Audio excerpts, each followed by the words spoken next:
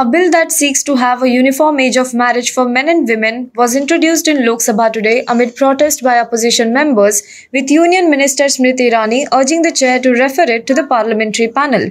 Smriti Irani introduced the Prohibition of Child Marriage Amendment Bill 2021 that seeks to increase the legal minimum age for women to marry to 21 years, bringing it at par with that of men. Smriti Irani said the bill also seeks to override all existing laws, including any custom, usage or practice governing the parties in relation to marriage. The bill was referred to parliamentary panel for detailed scrutiny. The House was later adjourned for the day amid continuous protest by opposition members over various issues including the Lakhimpur Kheri killings. Honorable Sir, the gentleman parliamentarian says that haste is a reflection of my introduction.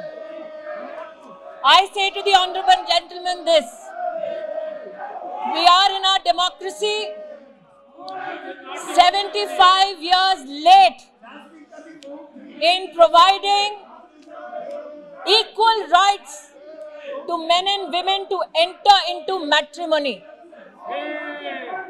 इस बात का उल्लेख करना महोदय उचित होगा कि 19वीं शताब्दी में लड़कियों की शादी की उम्र 10 वर्ष थी। 1940 तक शादी की आयु को 12 से 14 किया गया। 78 में 15 साल तक की लड़कियों का ब्याह कर दिया गया। आज पहली बार इस अमेंडमेंट के माध्यम से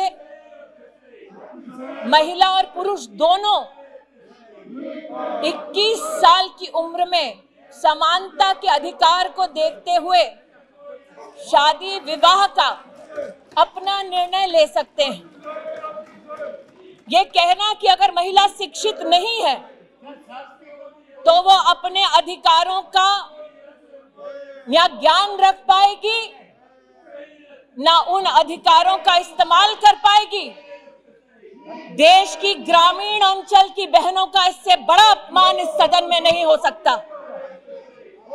आज इस सदन के सम्मुख मैं ये कहना चाहूंगी कि 2015 से लेकर 2020 तक हमारे देश में बाल विवाह रोकने की संख्या 20 लाख विवाह रोके गए हैं, ऐसे रिसर्च हमको बतलाती है।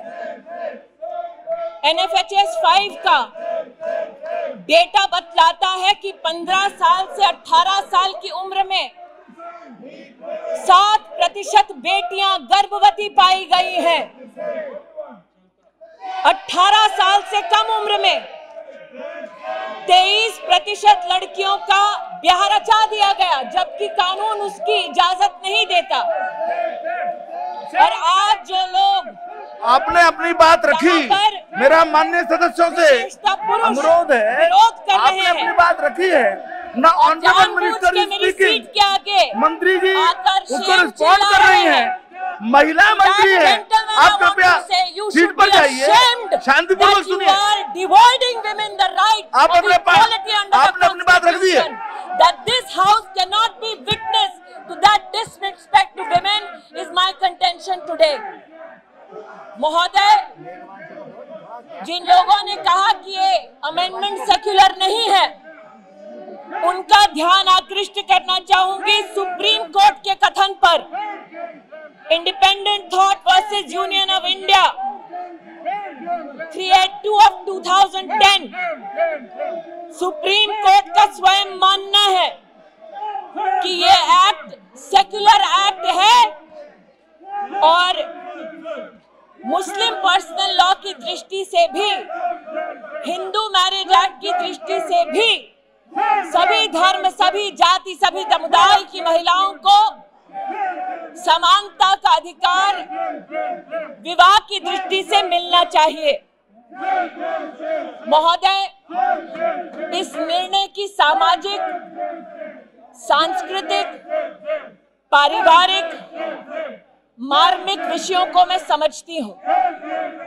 मेरे कथन में गतिरोध लाने वाले विपक्ष के सज्जनों से कहना चाहती हूं कि मेरी बात को अगर पूरा सुन लेते तो उनका ध्यान इस बात पर आकृष्ट होता कि मैं स्वयं सरकार की ओर से यह प्रस्तावना करना चाहती हूं कि स्टैंडिंग कमेटी में इस विषय पर विस्तृत चर्चा हो। लेकिन महोदय, ये भी कहना उचित होगा, मुख्यतः आज जो आवाजें उठी उन आवाजों ने स्वीकार किया that the age of marriage should be uniformly applicable across all religions, all castes, all creeds, overriding any custom, any law which seeks to discriminate against women. So those men who stood in this house in support of uniformity in applicability of the law have my gratitude. And sir, on behalf of the government, I would request that it be sent to the standing committee. आज का ये निर्णय, ये introduction राष्ट्र के इतिहास में एक निर्णायक कदम है। हमारे प्रधानमंत्री जी ने इस प्रस्तावना को अपना आशीर्वाद दिया कि इस देश में किसी महिला के साथ भेदभाव ना हो। हमारे प्रधानमंत्री जी ने इस प्रस्तावना को आशीर्वाद दिया कि जब 15 और 18 साल की बेटियों का गर्भवती होने से 10% मिसकैरेज का चांस रहता है, तो बेटियों के संरक्षण में यह प्रस्तावना सदन के सम्मुख प्रस्तुत की जाए। महिला संरक्षण और सम्मान के लिए प्रधानमंत्री के इस ऐतिहासिक कदम के लिए मैं देश की बहनों की ओर से उनका आभार व्यक्त करती हूं, उनका अभिनंदन करती हूं और सदन से विनम्रता से अपील करती हूं कि मुझे ये इंट्रोड्यूस करने दिया जाए। During the introduction of the bill, Congress pushed that the centre shall send the bill for further scrutiny to a parliamentary panel. A lot of discussion are being done in India over this matter. The government has neither spoken to any stakeholder nor consulted any state. We demand that the bill be referred to standing committee, Congress leader Adhir Ranjan Chaudhary said in Lok Sabha. The cabinet last week had cleared the proposal by the centre to raise the legal marriage age for women from 18 to 21 years. If the bill is passed, it would bring the legal age of marriage for women at par with men, which is 21 years.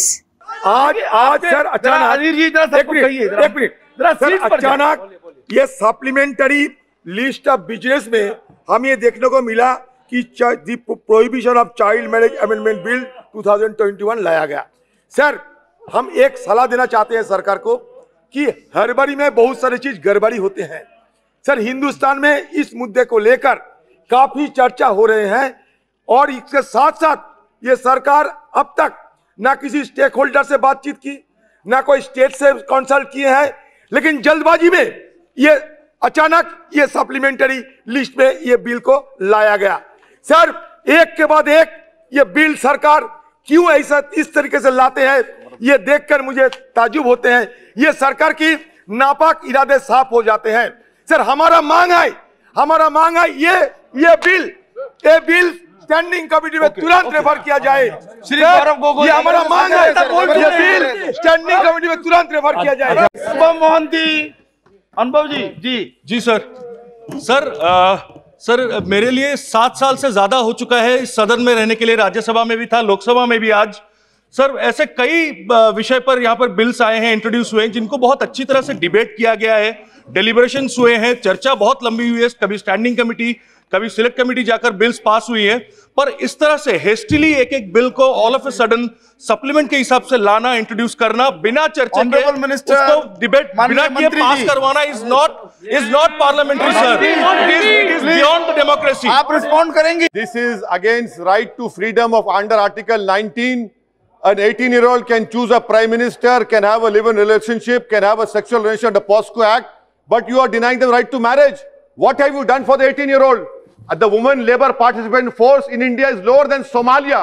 Your Beti Bachao, Beti Padhao, 89% funds were used by Narendra Modi for his publicity. This is a retrogressive step. This should be taken back. This is against the 18-year-old. Thank you, sir. सभापति महोदय, हम ये bill इसका introduction का विरोध करता हूं, क्योंकि 18 लॉ कमीशन में कंसल्टेशन पेपर जो रिफॉर्म्स ऑफ फैमिली लॉ है उसमें भी लिखा गया है that the legal age for majority should be recognized uniformly. 18 years should be recognized uniformly as the legal age for marriage for men and women alike. ये law commission का report है। इस बिल के द्वारा विभिन्न पर्सनल लॉज इफेक्ट होंगे, इसीलिए हम चाहते हैं कि ग्रेटर स्क्रूटिनी के लिए स्टैंडिंग कमेटी में there are people who support this bill and there is a lot of opposition to this bill also. The government, except for the women's reservation bill, it doesn't believe in consulting with anybody. So I think it's very important that such an important bill has to be sent to the standing committee or the select committee, and they have to review it and ask for opinions in civil society and then bring the... Sir, the basic purpose of a legislation is to see whether the law is enforceable. Sir, as far as this bill is concerned, enhancing the marriage age of 18 to 21, whether this bill can be enforceable, because the rural population, especially the uneducated youth, uneducated and unemployed girls, they have to continue up to 21 years of age for getting the marriage. So whether this law is enforceable, that is the first point. And the second one is regarding 18 years of age is the age which is limited by the constitution to have the citizenship acquisition. 18 years is being prescribed. So it is the right of a girl. Sir, see, I'm finishing. It is the right of a girl at the age of 18 this is a retrogressive amendment. Sir, this is the second or third time consecutively they aggressively bring in bills and nobody from the opposition is consulted. Whatever is discussed in the Business Advisory Committee is never implemented on the floor of the House. So I first want to condemn this new practice this government is doing. They want a bill, the bill needs to be scrutinized, all stakeholders should be consulted, and then I think we must unanimously pass any reforms. If they are got to do with women, I think if you are trying to empower people, you must consult all stakeholders and you must send this for detailed more discussions to the standing committee.